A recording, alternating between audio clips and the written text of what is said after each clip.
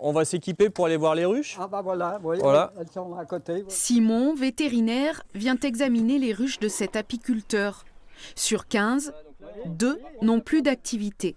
Donc ça, c'est du couvain de mâle. Et en fait, on voit que les ailes ne sont pas sorties. Vous voyez, elles ne sont pas développées. Quand on a du virus des ailes déformées, on est sûr qu'on a une infection clinique de varroa. Quand la chaleur arrive avant la fin de l'hiver, la reine pond et certaines maladies peuvent surgir à cause d'un parasite venu d'Asie dans les années 80, le varroa. Semblable à une tique, il se place dans l'abdomen de l'abeille et l'affaiblit.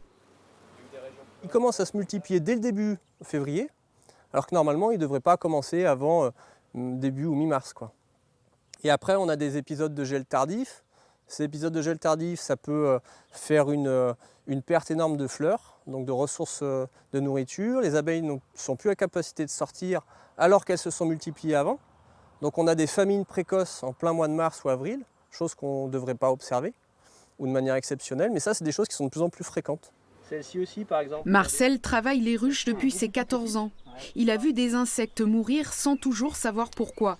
Depuis le début du siècle en France, les abeilles ont produit 2 fois moins de miel. Il s'est passé beaucoup de choses en 50 ans, 60 ans. Hein. Ah, oui. Le varroa, là, qu'on en parle sans arrêt. Avant, il n'y avait même pas de traitement. Bon, une commande de ruche, une ruche complète. Dans cet entrepôt, tout est disponible pour constituer son rucher. Patrick est bénévole à l'abeille dauphinoise, un syndicat d'apiculteurs mais aussi une coopérative. Une dizaine de feuilles de cire. On commande par exemple des cadres, on commande des ruches par des menuisiers qui sont en France. On essaie de favoriser du matériel français. Et à ce moment-là, les apiculteurs nous téléphonent quand ils sont loin ou alors se déplacent pour venir chercher leur matériel. Cette structure accompagne les apiculteurs, qu'ils soient amateurs ou professionnels. Mais surtout, elle joue un rôle éducatif auprès d'un large public.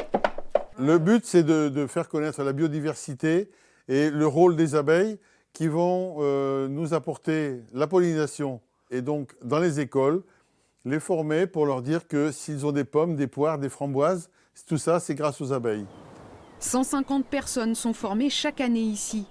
L'Isère comptant le plus grand nombre d'apiculteurs en France.